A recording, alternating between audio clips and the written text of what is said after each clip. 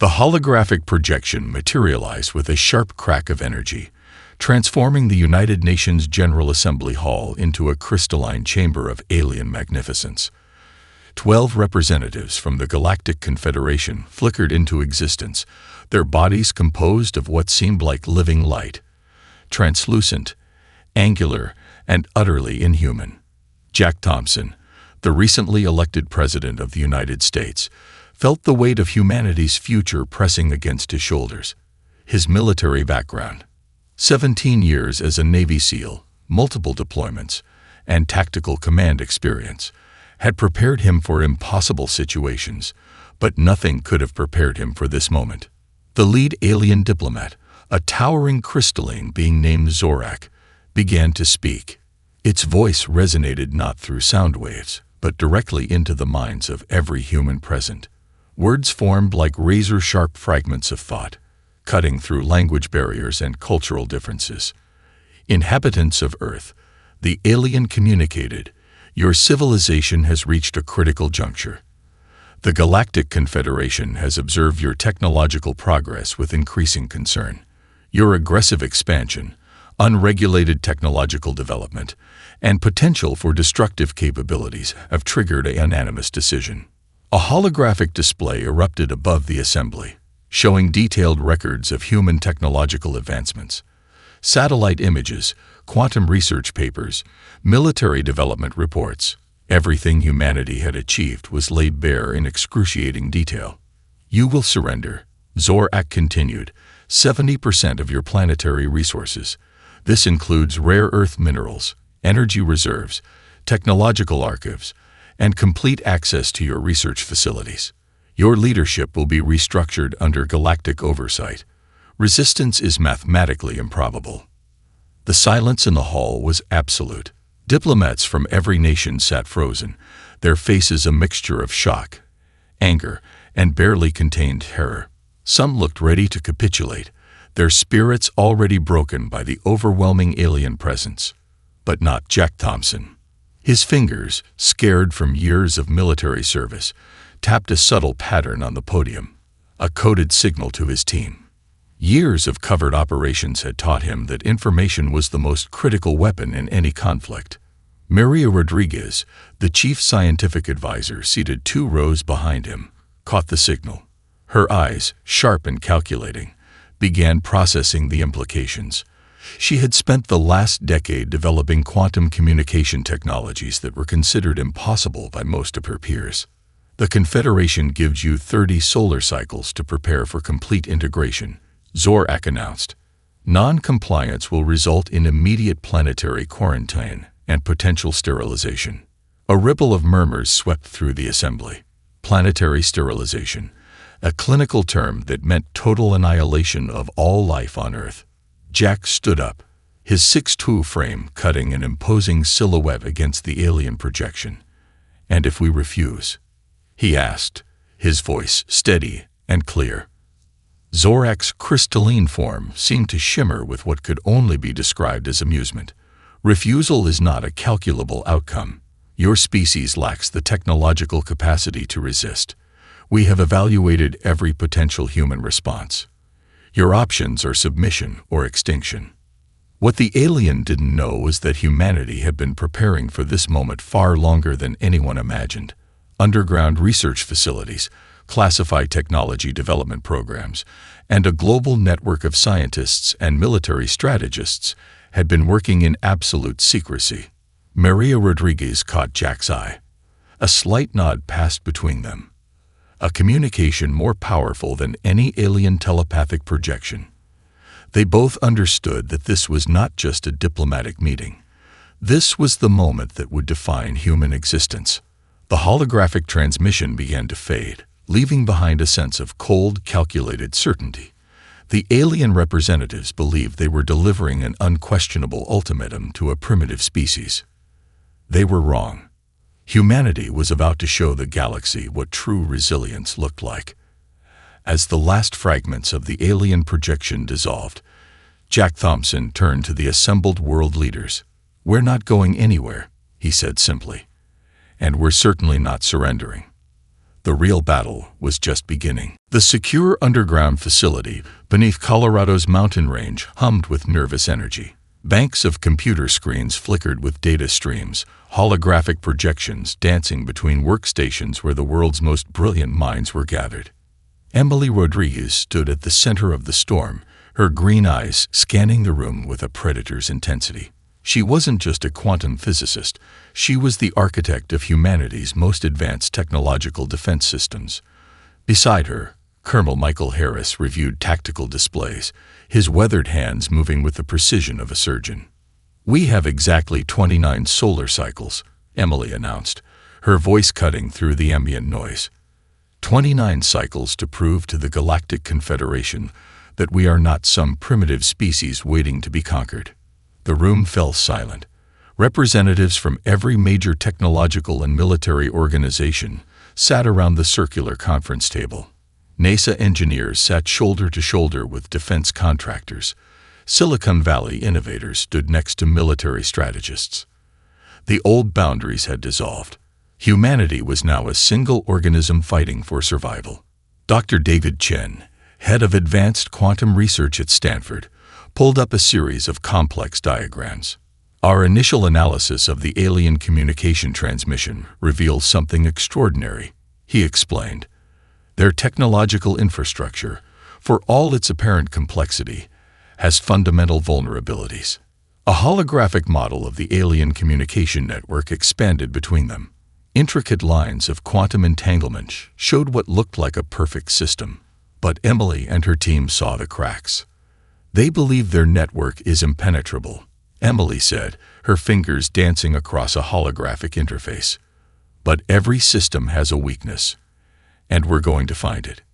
Colonel Harris stepped forward, his military background evident in every precise movement. "We're not just talking about defense," he interjected. "We're talking about a complete strategic recalibration of human potential." The plan they were developing was nothing short of revolutionary. Global communication networks had been quietly restructured in the weeks following the alien ultimatum. What appeared to be standard internet infrastructure was actually a sophisticated mesh network designed to be simultaneously redundant and impossible to compromise. "We're creating a distributed intelligence," Emily explained, bringing up a complex schematic, "not a centralized system that can be attacked, but a living, adaptive network that can reconfigure itself faster than any external threat can analyze it." Dr. Chen nodded, his fingers tracing quantum entanglement patterns. "Traditional computing is linear. We're developing a system that thinks in multiple dimensions simultaneously. The aliens expect a conventional response. We're going to give them something entirely unexpected." The military representatives were initially skeptical. Colonel Harris had spent decades working within traditional strategic frameworks. But he understood something critical. This was not a conventional war. This was a conflict that would be won through innovation, adaptability, and a complete reimagining of technological potential. Sarah Martinez, a cybersecurity expert from a top-secret NSA division, pulled up global resource allocation charts. "We're redirecting every available technological resource," she reported. "Manufacturing plants are being converted. Universities are now research fortresses. We're mobilizing in a way no global civilization has ever done before." The numbers were staggering. Entire industrial complexes were being retooled in weeks. Electric vehicle factories were now producing advanced sensor technologies. Semiconductor plants were developing quantum communication arrays.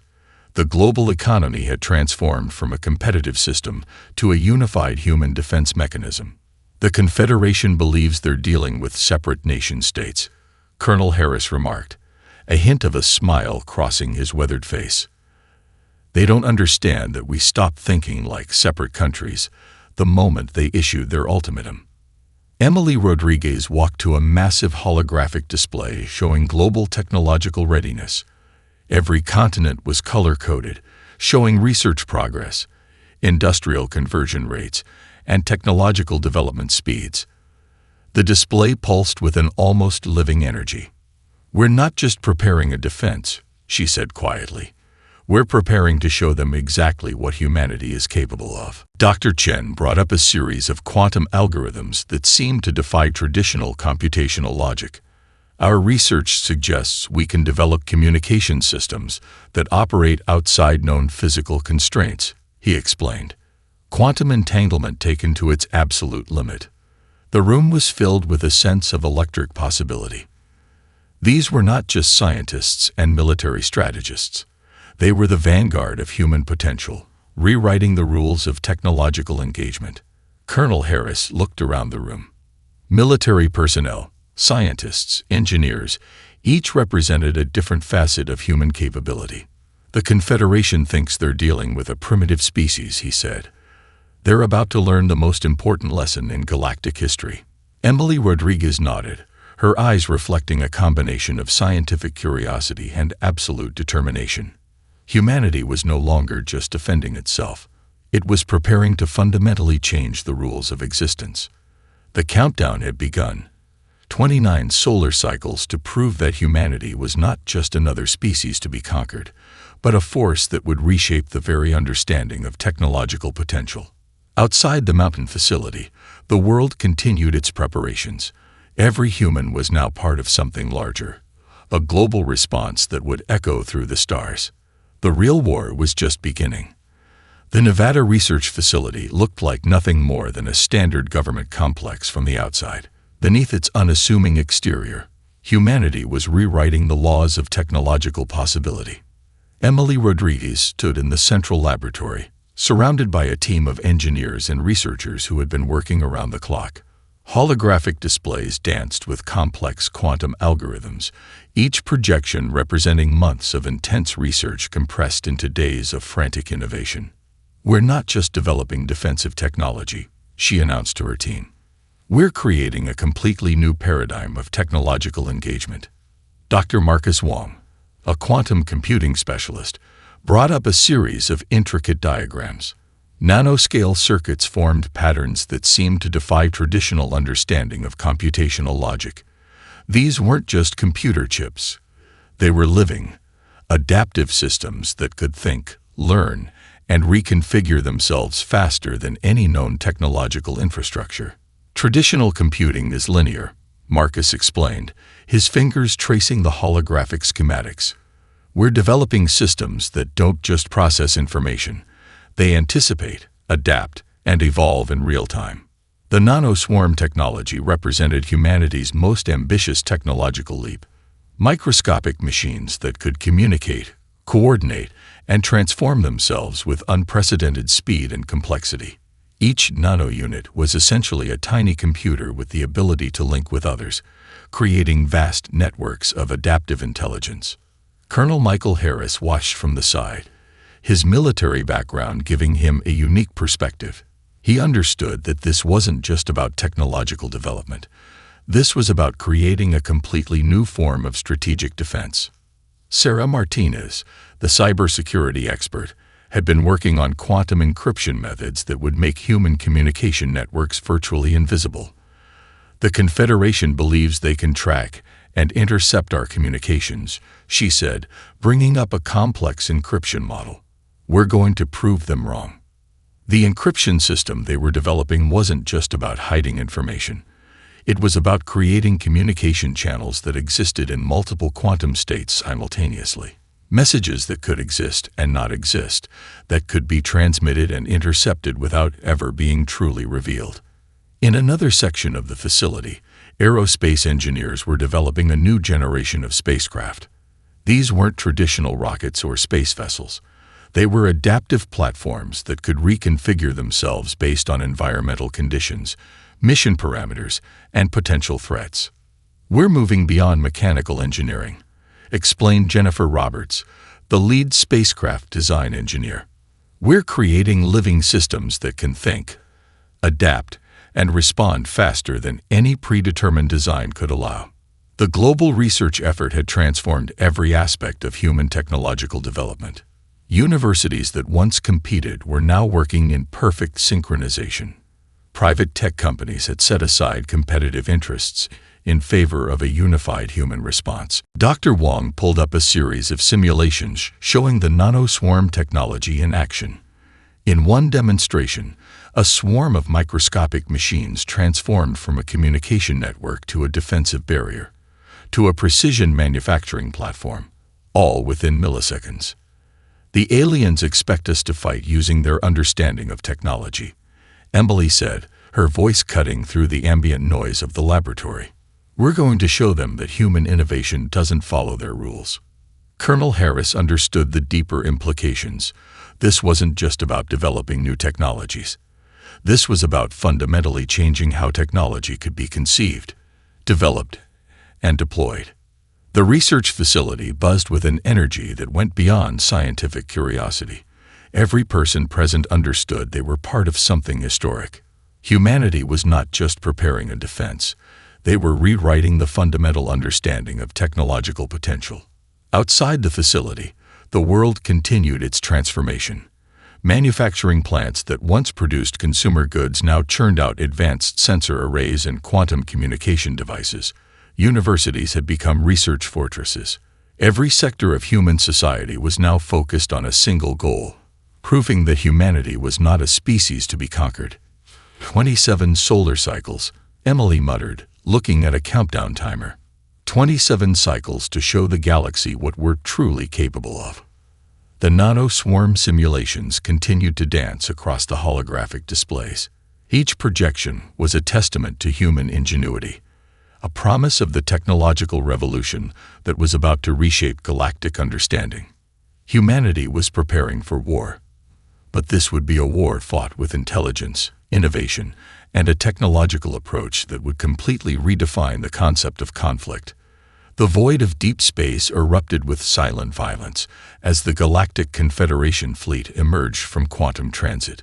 Thousands of ships, crystalline structures that looked more like living organisms than mechanical vessels, stretched across a deployment pattern that had subjugated countless civilizations. Admiral Zorak watched from the command vessel, confident in the overwhelming superiority of the Confederation's forces. Humanity's solar system appeared before them, a blue-green planet surrounded by what should have been primitively simple orbital defenses.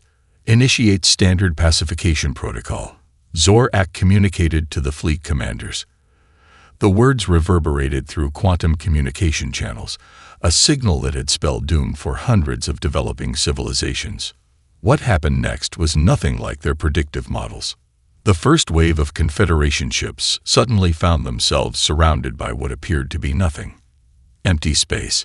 Then, without warning, precise energy strikes began cutting through their formations. Ships vanished, not destroyed, simply removed from existence with surgical precision. Colonel Michael Harris controlled the human response from an underground command center buried deep beneath the Colorado mountains. His fingers moved across holographic interfaces with a dancer's grace, coordinating a defense strategy that defied every known principle of space warfare. Quantum displacement grid is active, reported Sarah Martinez, her fingers flying across her own control panel.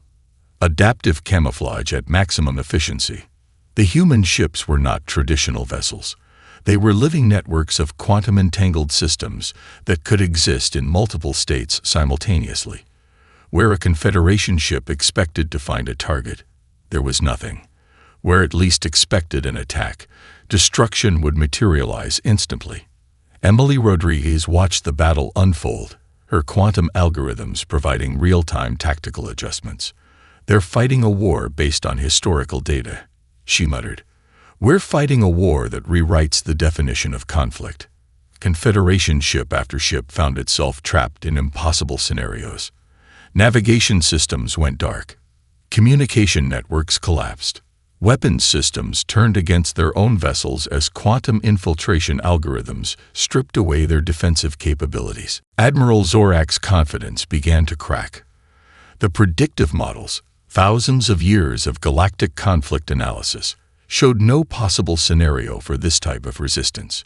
Humanity was supposed to be a primitive species, barely capable of interplanetary travel. Instead, they were dismantling the most advanced fleet in galactic history with terrifying efficiency. Impossible, Zorak communicated across the fleet's quantum network. But impossibility was a concept humanity was about to redefine. The Colorado Command Center buzzed with an electric energy. Military strategists, quantum physicists, and advanced technology experts worked in perfect synchronization. This wasn't just a battle. It was a demonstration of human potential. Quantum entanglement network is holding, reported Dr. Marcus Wong. Our ships are maintaining zero-point communication, faster than their tracking systems can process. Each human vessel was more than a ship. It was a living, thinking entity. Nanoswarm technologies allowed instantaneous reconfiguration. A vessel could transform from a defensive platform to an offensive weapon in microseconds, moving through quantum states that the Confederation couldn't even comprehend. Outside the command center, the world watched. Every communication network, every screen displayed fragments of the battle. Humanity was no longer fighting as separate nations. They were a single, unified force. Admiral Zorak's command vessel suddenly found itself surrounded, not by traditional weapons, but by a quantum field that began to deconstruct its very molecular structure. The Confederation had come expecting to find a primitive species ready for subjugation. Instead, they found a civilization that was about to change the fundamental understanding of technological warfare. 25 solar cycles remaining, Emily Rodriguez said quietly, watching the battle unfold. And we're just getting started. The first confrontation was more than a battle. It was a message, written in the language of quantum physics, technological innovation, and unbreakable human spirit. The galaxy was about to learn that humanity was not a species to be conquered.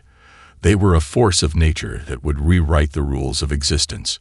The world had transformed overnight.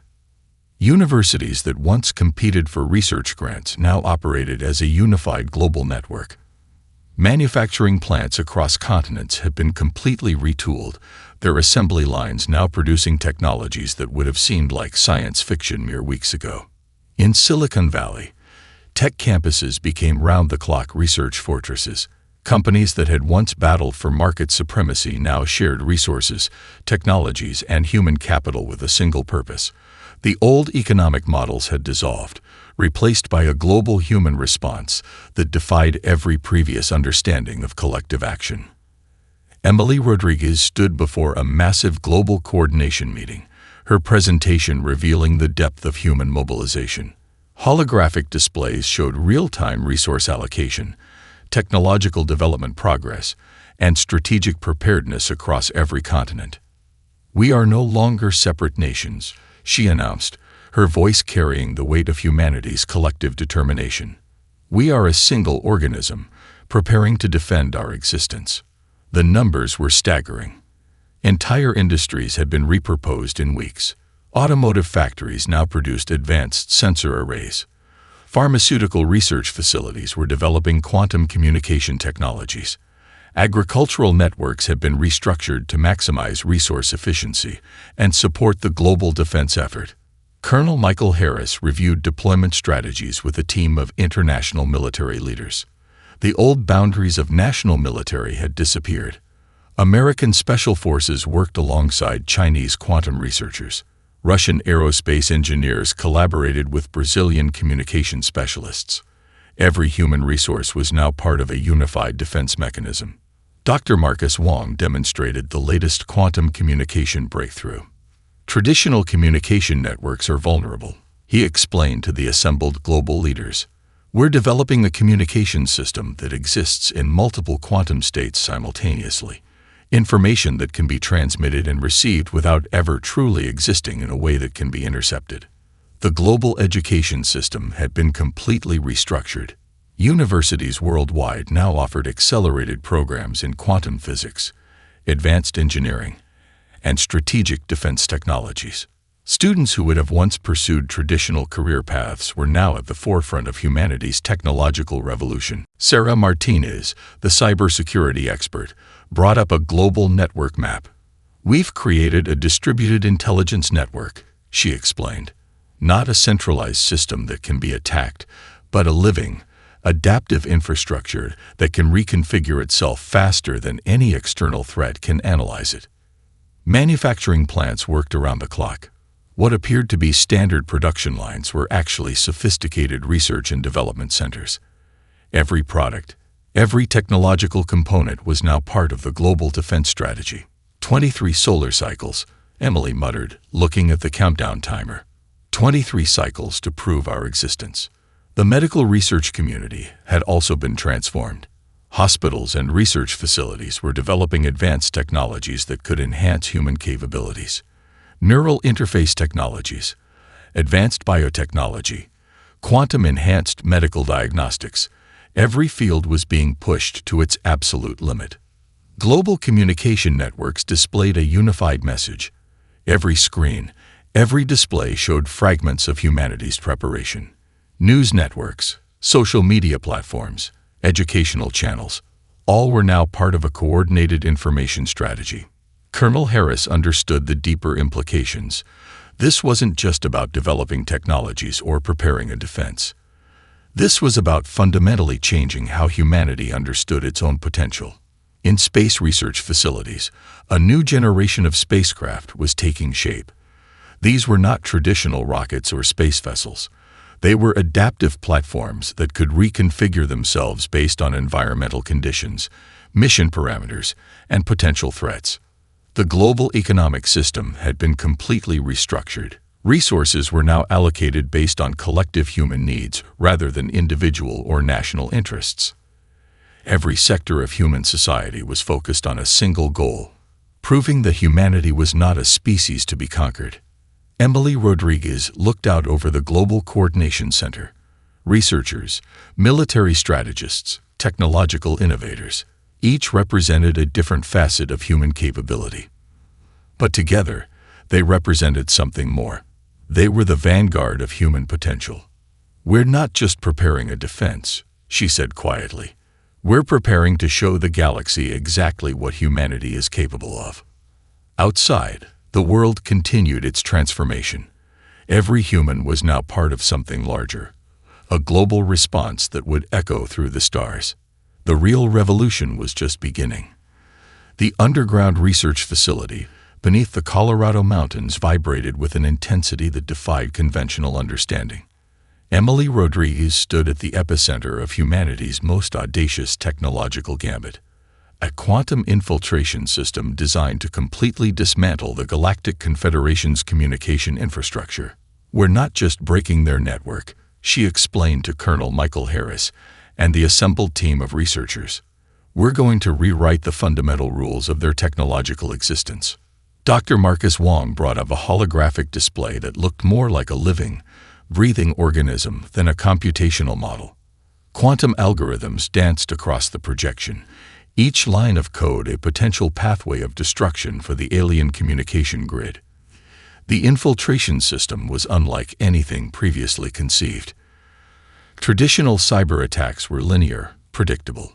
This was a quantum virus that could exist in multiple states simultaneously, adapting and evolving faster than any defensive system could track.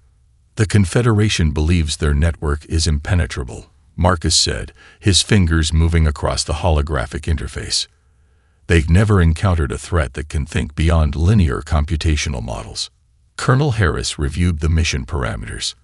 A specially selected team of quantum engineers, cybersecurity experts, and advanced technology specialists would deliver the infiltration system.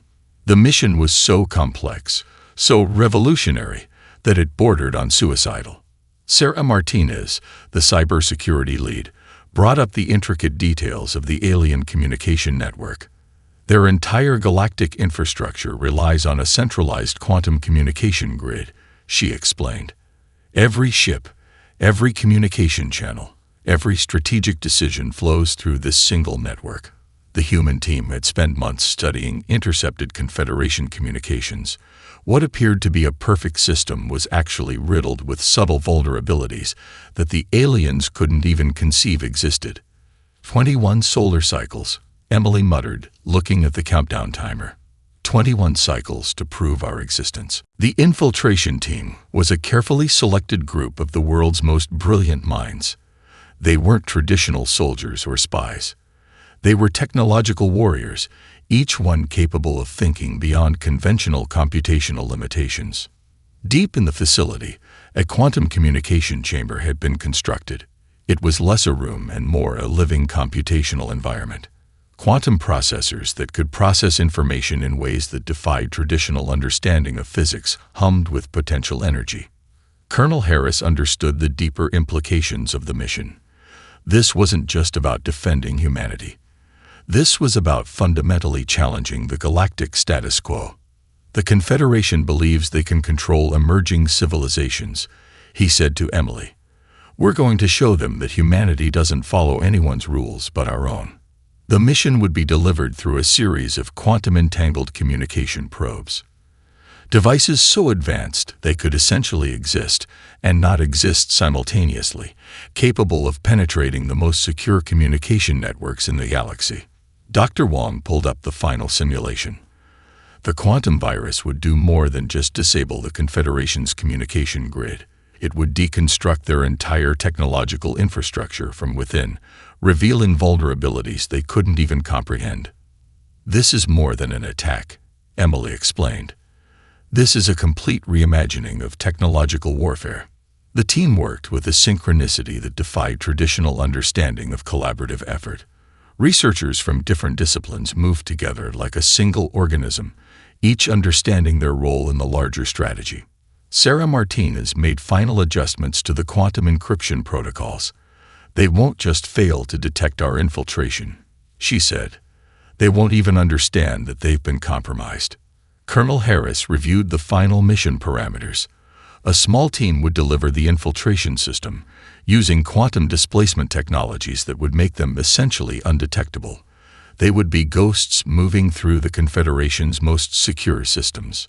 We're not just defending ourselves, Emily said, her voice cutting through the ambient noise of the research facility. We're sending a message to the entire galaxy. The quantum infiltration system was more than a weapon. It was a statement, a declaration that humanity would not be controlled, would not be subjugated, would not be limited by anyone else's understanding of potential. As the final preparations were completed, a sense of anticipation filled the facility. This was the moment humanity would prove its worth to the galaxy. The turning point was about to begin. The collapse of the Galactic Confederation's communication infrastructure sent shockwaves across multiple star systems. What began as a targeted human infiltration became a cascading technological apocalypse that no one, not even Emily Rodriguez and her team, had fully anticipated. Alien communication networks disintegrated like wet paper. Entire fleets found themselves suddenly blind, disconnected, unable to coordinate or communicate.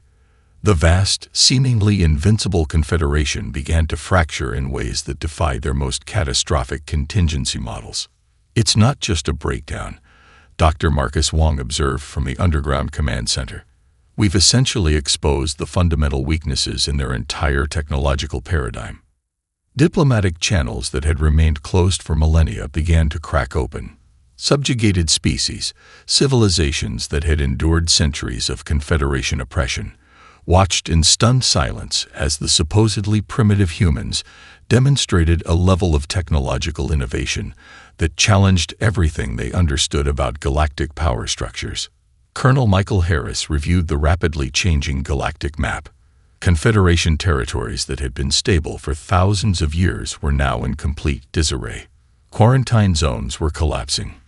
Communication networks that had maintained strict hierarchical control were unraveling. Emily Rodriguez understood the deeper implications. This was more than a military victory. This was a fundamental challenge to the entire galactic political system. 19 solar cycles, she muttered, looking at the countdown timer. 19 cycles, and we've already changed everything. The first diplomatic overtures came from unexpected sources. Smaller species that had been marginalized by the Confederation began sending cautious communication requests.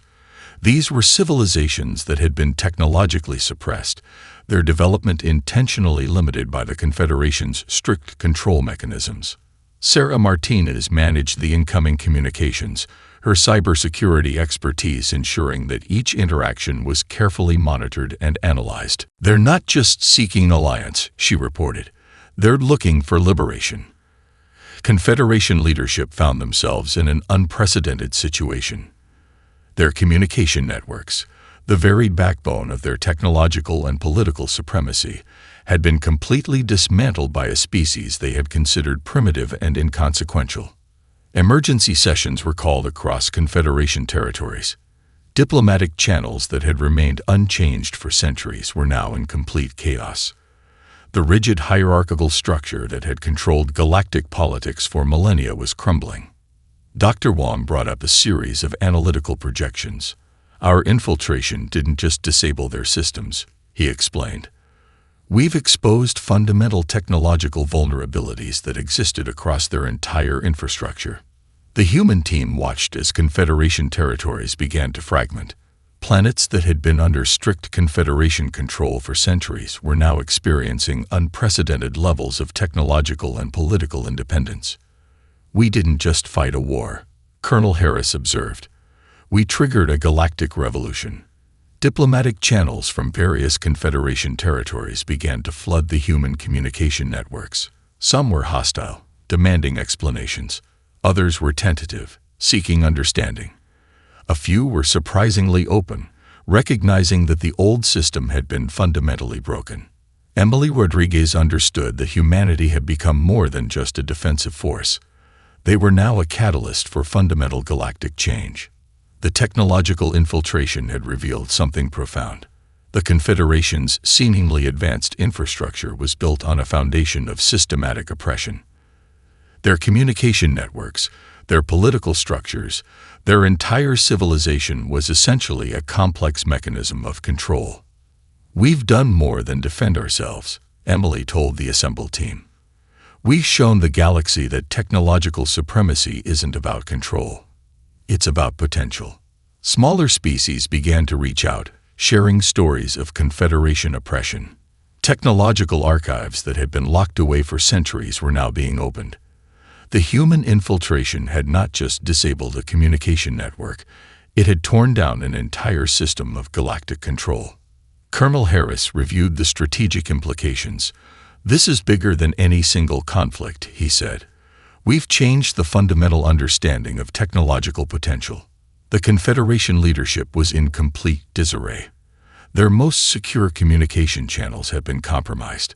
Their technological supremacy had been revealed as a complex illusion. The rigid hierarchy that had controlled galactic politics for millennia was crumbling. As the dust began to settle, humanity found itself in an unprecedented position. They were no longer just a defensive force. They had become a transformative power that would reshape galactic understanding. The real revolution was just beginning. The United Nations General Assembly had transformed.